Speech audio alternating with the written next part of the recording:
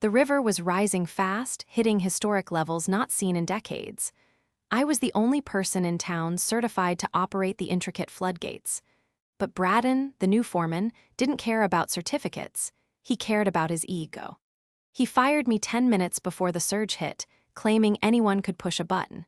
When the town went under, he tried to blame me. So I made sure the water wasn't the only thing drowning him. The air inside the pump station always smelled the same right before a storm, a mix of ozone, damp concrete, and the metallic tang of greased gears. It was a smell I had known for 20 years, a scent that triggered an instinct deep in my gut.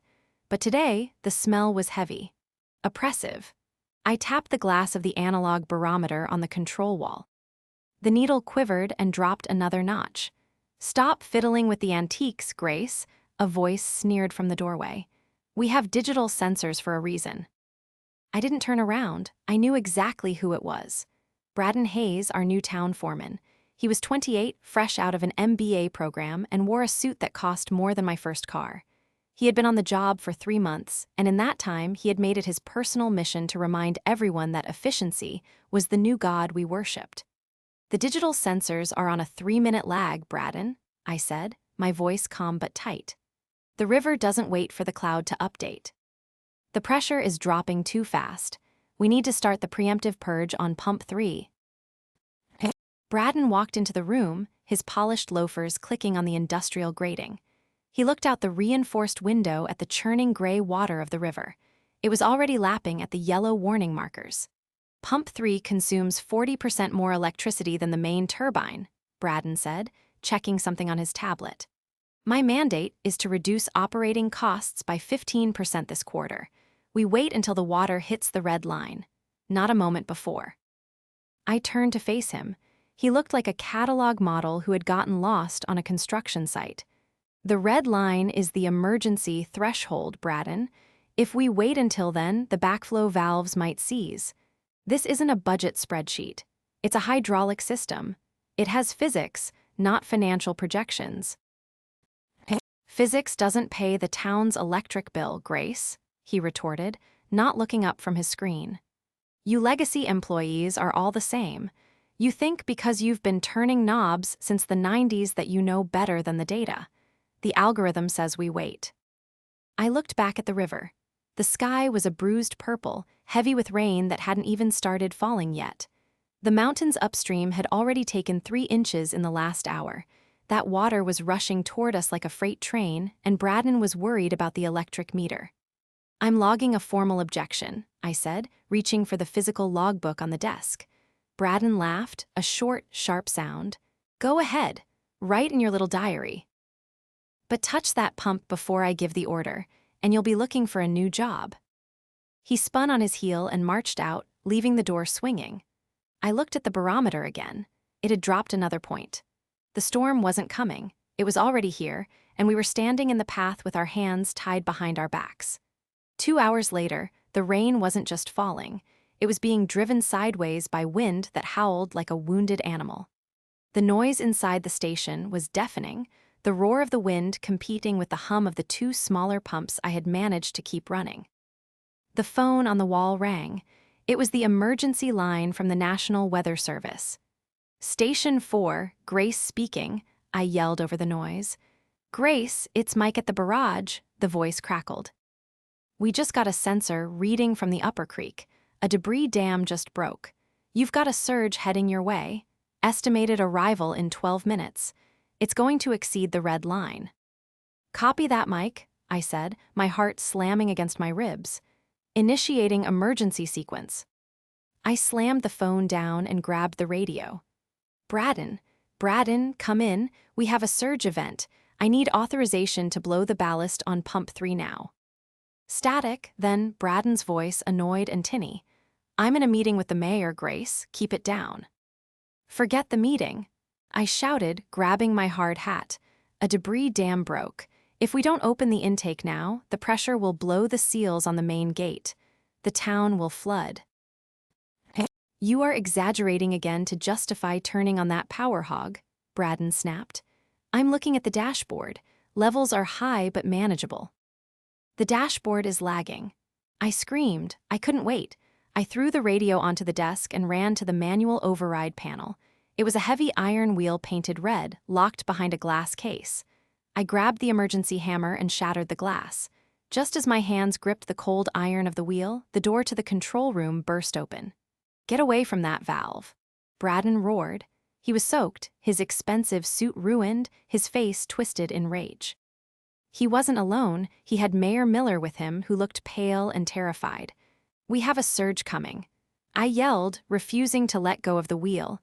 "I have to open this." Braden rushed forward and physically shoved me away from the panel. I stumbled back, hitting my hip against the desk. "You are out of control," Braden spat, straightening his tie. "I gave you a direct order to wait for the signal. You just destroyed town property and attempted to sabotage our efficiency protocols in front of the mayor." "Sabotage?" I stared at him, incredulous. "I am trying to save the Lower East Side from being underwater." Braden turned to the mayor. "See, this is exactly what I was talking about in the budget review. Insubordination, refusal to adapt to modern systems. She's a liability." The mayor, a man who had never held a wrench in his life, nodded nervously. "Well, we can't have rogue employees, Grace. Braden is the expert on the systems." Braden turned back to me, a smug smile plastered on his face. "Grace Scott, you are relieved of duty. Effective immediately. Hand over your keys and your badge." "You can't be serious," I whispered. Outside, thunder shook the foundation of the building. "I am the only one certified to run the Class A floodgates. If you fire me right now, there is no one who knows how to balance the load when that surge hits." "It's a pump, Grace. It's not brain surgery," Braden scoffed. "I have the manual on my iPad, and I have Ellie." He gestured to the door where Ellie, the 22-year-old administrative intern, was standing, looking absolutely petrified. "Ellie." I looked at the poor girl. She was shaking. "She's an intern. She organizes the filing cabinet." "She's a fast learner," Braden said dismissively. "Now get out, before I have security escort you." I looked at the wheel.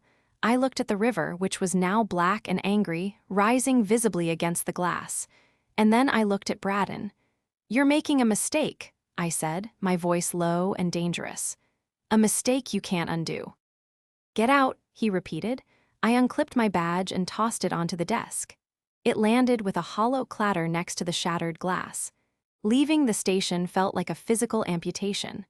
I had worked in that building since I was 26. I knew every groan of the pipes, every shudder of the floorboards. To be cast out into the storm while my station, my responsibility, was left in the hands of a man who thought an iPad could replace physics. It was nauseating. I grabbed my coat and pushed past Ellie in the hallway. She grabbed my sleeve, her fingers digging into my raincoat. "Grace, please," she squeaked, her eyes wide with panic. "I don't know how to run the sequence. He said I just have to watch the lights, but..." I stopped. I wanted to help her. I wanted to run back in there and spin that wheel regardless of what Braden said. But if I did, Braden would have me arrested for trespassing. He was just petty enough to do it. "Listen to me, Ellie," I said, gripping her shoulders. "If the vibration monitor goes above 80, you hit the big red button marked Emergency Scram. Do not ask Braden. Do not wait for permission. Just hit it and run. Do you understand?" She nodded, tears welling in her eyes. "Okay, okay." "Get out of there, Grace." Braden's voice echoed down the corridor. I let go of Ellie and walked out the heavy steel side door. The wind hit me instantly, nearly knocking me off the metal gangway. The rain was torrential. It felt like standing under a waterfall. Visibility was less than 10 feet. I climbed down the external stairs, the metal slippery under my boots. My truck was parked in the lower lot, which was already flooded with 6 inches of water. I got inside, shivering uncontrollably. It wasn't just the cold, it was the adrenaline. I fumbled for my phone and called Tom. "Grace." Tom answered on the first ring. "You okay? The news is saying the river is cresting." "He fired me, Tom," I said, my voice breaking. "Braden fired me." "What?" Tom's voice went hard. "In the middle of a storm. Is he insane?" "He's worse than insane. He's arrogant," I said, starting the engine. Tom, get the go bags from the basement. Move the car to the high ground behind the garage. The surge is coming in 10 minutes, maybe less. Braden isn't going to open the intake. You think it's going to breach? I don't think, I said, watching a massive tree trunk tumble down the dark river, smashing against the closed floodgates with a bone-jarring thud. I know, the Lower East Side is going to drown, and I'm the only one who knows why. I put the truck in gear and peeled out of the lot, mud spraying from my tires. As I drove up the access road, I looked in my rearview mirror. The lights of the pump station flickered. Once. Twice. Then, a siren began to wail. It wasn't the automated warning siren. It was the mechanical screech of a turbine seizing up. God help them, I whispered to the empty cab. The surge had arrived. The drive back to our house was a blur of rain-slicked roads and rising panic. I lived on the high side of town, thankfully, but my heart was down in the valley with the people who had no idea what was coming. When I pulled into the driveway, Tom was already outside, soaked to the bone, wrestling sandbags into place around the basement window wells. He looked up as I jumped out of the truck, his face grim. The radio just said the river gauge is offline, he shouted over the wind. What does that mean? It means Braden didn't vent the pressure sensors, I said, slamming the truck door. The debris probably smashed the intake. They're flying blind. We hurried inside, stripping off our wet coats in the mudroom. The house felt unnervingly calm compared to the chaos outside. The lights flickered, threatening to give out any second. I went straight to the kitchen window that overlooked the valley. It started slowly, almost deceptively. The streetlights down on River Road, usually a steady string of pearls, began to wink out one by one. Then, a strange, low roar built under the sound of the wind. It wasn't thunder. It was the sound of millions of gallons of water escaping containment. There, Tom said quietly, pointing. A dark, churning mass was spilling over the levee wall near the old textile mill. It wasn't a trickle, it was a torrent. The water hit the first row of houses with the force of a battering ram. I watched, horrified, as the headlights of a car driving along the embankment suddenly disappeared, swallowed by the black water. He didn't open the relief valves, I whispered, my hand flying to my mouth. He let the pressure build until it found the weakest point. My phone buzzed on the counter. It was a text from Ellie. Help, water coming in the control room floor. Braden screaming at everyone. Can't reach the manual override, it's stuck. I stared at the screen. Stuck. The manual override was a purely mechanical system. It didn't get stuck unless the safety pins hadn't been removed during the last maintenance cycle. My blood ran cold. The last maintenance cycle was 2 months ago. I had been out with the flu, and Braden had brought in outside contractors to streamline the process. Tom, I said, my voice shaking, I think he never did the maintenance. I think he skipped it. Skipped the safety checks. Tom asked, incredulous. That's criminal negligence, Grace. If those pins are still in, the wheel won't turn, and if the wheel won't turn. I looked back out the window. The water was now surging past the mill, heading straight for the lower residential district. If the wheel won't turn, the main gate is locked shut. The entire pressure of the river is pushing against a wall that was never meant to hold it. Another boom echoed up from the valley, louder than before. A transformer blew in a shower of blue sparks, plunging the lower town into darkness. That was the substation, Tom said. The pumps are dead. Even if they wanted to fix it now, they can't. I sank onto a kitchen chair, feeling utterly helpless. I had warned them. I had begged them. And now my neighbors were losing everything. The next morning the rain had stopped, but the devastation remained. The sun rose on a town transformed. The lower valley was a lake. Rooftops peeked out like islands in a muddy sea.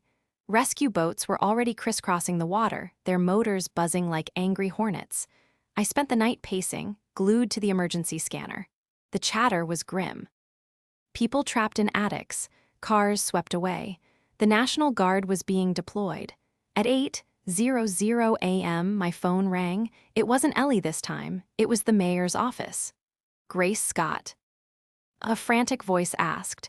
It was the mayor's secretary, Linda. Speaking, I said, my voice raspy from lack of sleep. "The mayor, he needs to speak with you, immediately.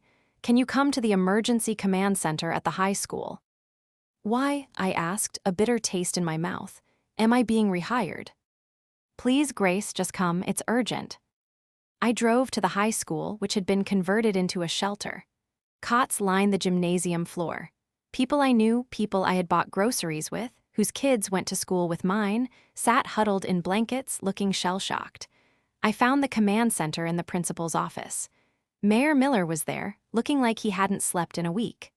Braden was there too, looking surprisingly composed, though his suit was rumpled. "Grace," the mayor said, standing up. "Thank God you're here. We have a situation." "You mean the flood?" I asked dryly. "We mean the investigation," Braden cut in, his voice smooth. "The state inspectors are already asking questions about why the relief valves failed." "They failed because you didn't open them," I said, staring him down. "Actually," Braden said, sliding a folder across the desk. "According to the logs, the valves were opened, but they malfunctioned due to improper maintenance." I opened the folder. It was a printout of the digital maintenance log. My name was signed at the bottom of the last inspection report. "I didn't sign this," I said, my heart pounding. "I was out sick that week. You brought in those contractors from the city." "The log says otherwise," Braden said with a shrug. "And since you were the certified operator in charge of maintenance, well, it looks like this is on you, Grace." I looked at the mayor. He wouldn't meet my eyes. He was terrified of the fallout, and Braden had just handed him a perfect scapegoat. "You forged my signature," I said, my voice trembling with rage. "You skipped the maintenance to save money, pocketed the difference, and now you're trying to pin it on me." "That's a serious accusation," Braden said coolly. "Do you have proof? Because right now, the only paper trail leads directly to you." "Get out," I whispered. "We're just letting you know," the mayor said weakly. "There will be an inquiry. We advise you to get a lawyer." I walked out of that office feeling like the ground had opened up beneath me. Not only had Braden fired me, but he was also framing me for the destruction of my own town. I needed help. I needed someone who could see through the digital smoke and mirrors Braden was hiding behind. I needed Logan Tours. I found Logan in the only place he ever truly relaxed, his workshop. It was a converted barn on the outskirts of the county, filled with half-restored vintage motorcycles and stacks of old municipal records. Logan was under a '72 Triumph when I walked in. He slid out on his creeper, wiping grease from his hands with a rag. He was a few years younger than me, with sharp eyes that missed nothing and a cynical smile that hid a deeply moral core. "Grace," he said, sitting up. "I heard about the flood. You okay?" "I'm dry," I said, "but I'm drowning Logan." I told him everything. The firing, the skipped maintenance, the forged signature, the scapegoating. Logan listened in silence, his expression hardening with every detail. When I finished, he threw the rag onto the workbench. "Classic play," he muttered. "The efficiency expert comes in, cuts corners, pockets the budget, and leaves the veterans holding the bag when it blows up." "Can you help me?" I asked. "Braden has the digital logs. He has the mayor in his pocket. I have nothing but my word." Logan stood up and walked over to a massive filing cabinet in the corner. "You forget one thing, Grace. You saved my ass 5 years ago when the zoning board tried to hang that quarry deal on me. I owe you a life debt." He pulled open a drawer. It wasn't filled with papers, it was filled with hard drives. "Braden thinks digital records are foolproof because he can edit them," Logan said, a wicked glint in his eye. "But he's an MBA, not a forensic auditor. Every time you edit a digital log, it leaves a ghost, a metadata footprint. He can change the text, but he can't change the timestamp of the edit." "So we can prove he changed it." "We can do better than that," Logan said, grabbing his laptop. "We can find out where the money went. If he skipped maintenance, that budget didn't just vanish. It went somewhere, and money always leaves a trail." "Where do we start?" "We start with the contractors," Logan said, firing up his computer. "The ones he brought in when you were sick. I bet my favorite wrench they don't exist." I felt a spark of hope for the first time in 24 hours. Braden thought he was smart. He thought he could bully a middle-aged pump operator and get away with it. But he didn't know Logan tours. And he certainly didn't know that the old lady he fired had friends in low places. "Let's go fishing," Logan said, his fingers flying across the keyboard. The next morning, Logan's workshop looked less like a garage and more like a war room. He had dragged a whiteboard out from behind a stack of tires and covered it in a sprawling diagram of the town's municipal accounts. Red marker lines connected vendor names to bank routing numbers, creating a web of financial deceit that made my stomach turn. I was pacing, drinking my third cup of coffee. The adrenaline from the flood had curdled into a cold, hard anger. "Okay," Logan said, capping his marker with a decisive click. "Here's the breakdown. Braden is sloppy, arrogant sloppy." He pointed to a cluster of payments made in the last 4 months. "These are the invoices for the preventative maintenance on the floodgates. Total, $145,000, paid to a company called Apex Infrastructure Solutions." "I've never heard of them," I said, frowning. "We usually use Miller & Sons for the heavy hydraulics." "Exactly," Logan grinned, though it wasn't a happy smile. Apex Infrastructure Solutions was incorporated 6 months ago. Their registered address is a P.O. box in a strip mall 3 towns over. And guess who is listed as the registered agent? He slapped a printout onto the workbench. It was a standard incorporation form. The name at the bottom wasn't Braden Hayes, it was Sarah Hayes, his wife. I asked, incredulous. He funneled the maintenance budget into a shell company owned by his wife. "Sister," Logan corrected, "but close enough. The money goes out of the town account into Apex, and then Apex pays consulting fees to an offshore account in the Caymans. It's textbook embezzlement, Grace. He wasn't just cutting costs, he was stealing the maintenance budget." My hands shook as I held the paper. So the work was never done, the valves were never greased, the safety pins were never pulled. "Nope," Logan said, popping the cap back on the marker. And that's why the manual override failed. The system was physically locked because no one had touched it in months. Braden knew that if you tried to open it during the storm, you'd realize immediately that the maintenance hadn't been done. "That's why he fired me," I whispered, the realization hitting me like a physical blow. "He didn't fire me because I was arguing. He fired me because I was about to expose him. If I had touched that wheel, I would have known instantly. He had to get me out of the room before I could prove negligence." Logan nodded grimly. He sacrificed the town to cover his tracks. He let the flood happen because admitting the valves were stuck would have triggered an immediate audit. "We need to take this to the police," I said, reaching for my phone. "Not yet," Logan stopped me, his hand on my arm. "The police will take weeks to subpoena these records. By then, Braden will have shredded everything and blamed it all on clerical errors or, worse, on you. We need to catch him in the act. We need a confession." "How?" Logan turned back to his computer screen, where a complex schematic of the town hall's server network was displayed. "Tonight is the emergency town council meeting. Braden is going to present his internal report blaming you for the failure. He'll have his forged logs ready. And I'm going to be there," Logan said. "Not in the room, in the system. When he pulls up that log to show the council, I'm going to make sure they see the real version. The one with the metadata showing he edited it 10 minutes after he fired you." "Can you do that?" "Grace," Logan smiled, a genuine, dangerous smile. "I used to run this town's IT department before they outsourced it to the lowest bidder. I still have the admin passwords. They never changed them." The town hall was packed. Every seat was filled and people were spilling out into the hallways. The mood was ugly, desperate. People had lost homes, businesses, memories. They wanted answers and they wanted someone to blame. I sat in the back row, wearing a baseball cap pulled low. Tom sat next to me, his hand warm and steady on my knee. Braden stood at the podium, looking solemn and professional. He had swapped his ruined suit for a fresh one, navy blue, the color of authority. Behind him, a large projection screen displayed the town seal. "Ladies and gentlemen," Braden began, his voice smooth and practiced. "I know you are all hurting. This has been a tragedy of unprecedented scale.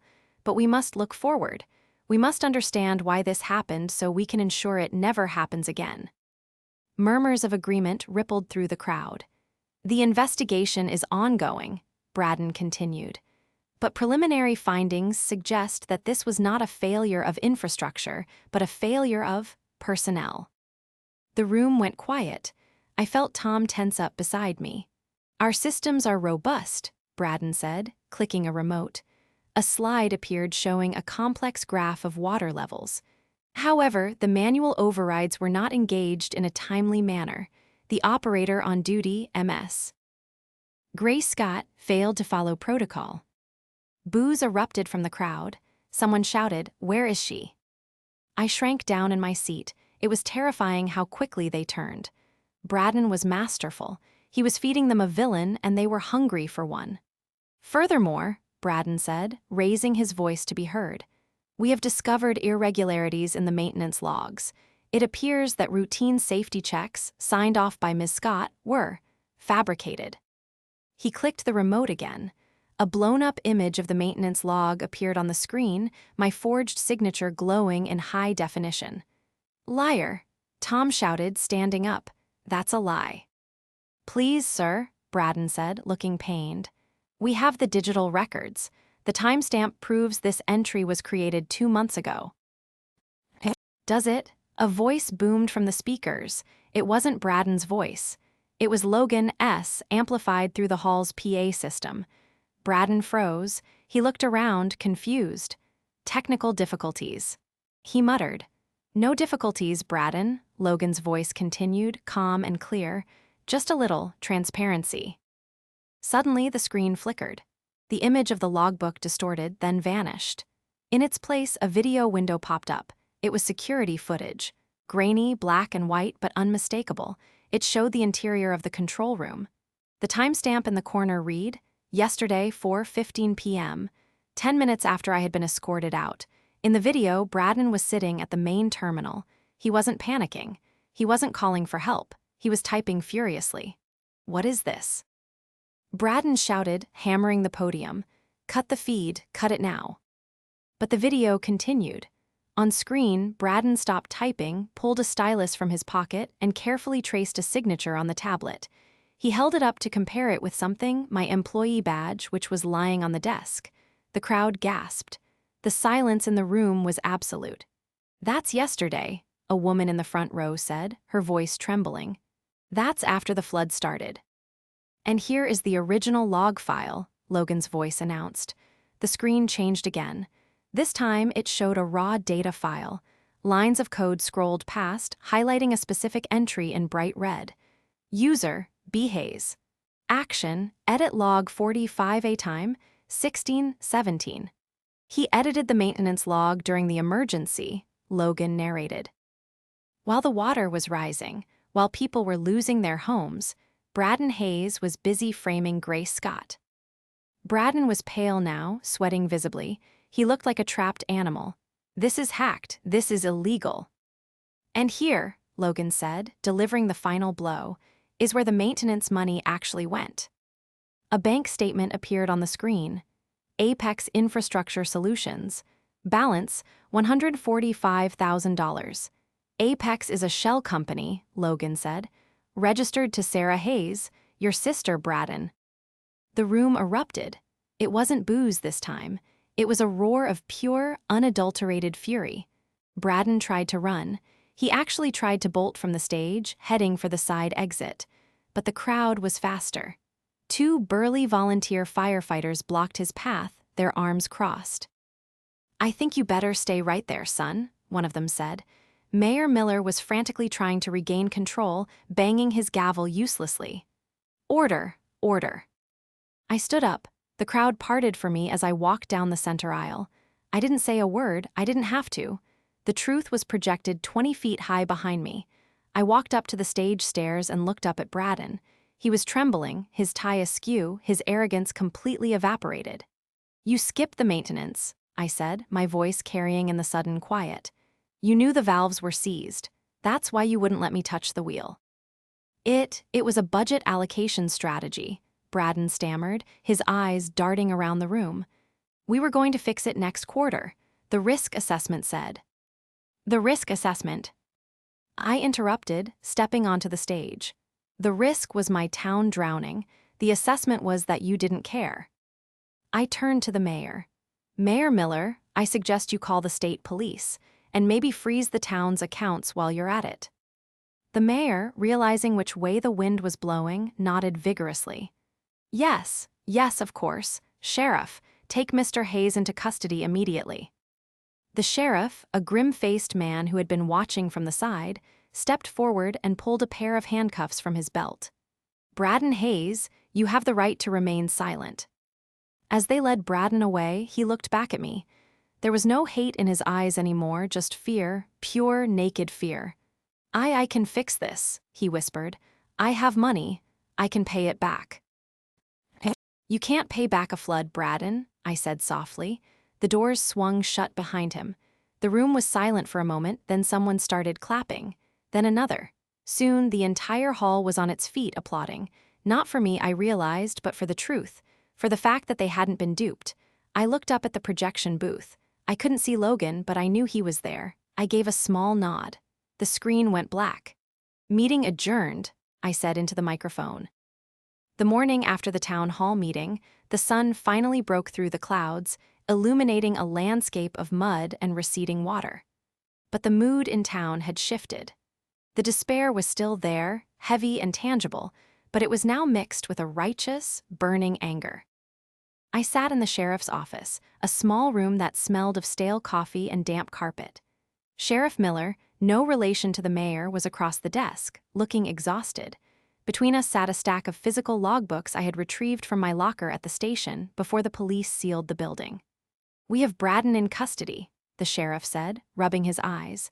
But his lawyer is already making noise about digital manipulation and illegal hacking. He claims the video footage was doctored. Of course he does, I said, leaning forward. That's why I brought these. I tapped the stack of books. They were old school, bound in heavy green canvas. Every page was numbered, every entry handwritten in ink. Braden hated these, I said, called them archaic, but I kept them anyway.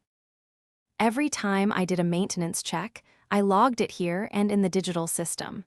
And every time he told me to skip a procedure, I logged that too. The sheriff opened the top book. He flipped through the pages until he found the dates corresponding to the maintenance window. Here, I pointed, March 15th. Digital system down for upgrade. Verbal order from Foreman Hayes to bypass valve inspection 3A due to lack of parts. Initialed by me. I turned the page. March 22nd. Contractor Apex failed to show, rescheduled again. The sheriff looked up, his eyebrows raised. You documented everything. I've been doing this for 20 years, Sheriff. I know when something smells wrong. When he started pushing for efficiency over safety, I started writing down every conversation. This is admissible, the sheriff said, a slow smile spreading across his face. This corroborates the digital trail your friend found. It proves intent. It proves he knew the risks and ignored them. It proves he lied to the council, I added. And it proves he forged my signature on the digital logs to cover his tracks. We need to get a warrant for his personal devices, the sheriff said, standing up. If we can match the GPS data from his phone to the times you logged these conversations, he's done, not just for negligence, for fraud, for endangerment. Do it, I said, standing up with him. And while you're at it, check his sister's bank accounts. Logan found the transfers, but you need the official records. As I walked out of the station, I felt a weight lift off my shoulders. Braden thought he could erase the past with a delete key. He forgot that ink is permanent. The fallout was swift and brutal. With the physical logbooks providing the roadmap and Logan's digital forensics providing the smoking gun, the state attorney general descended on our small town like a hawk. 2 days later, I was back at the pump station. Not as an employee, but as a witness. The AG's team was there, along with a squad of forensic engineers. We stood on the metal grating overlooking the main intake. The water had receded enough to expose the massive steel gates. They were mangled, twisted by the force of the debris that had slammed into them. "Ms. Scott," the lead investigator said, a sharp woman named Perez. "Can you show us exactly where the failure occurred?"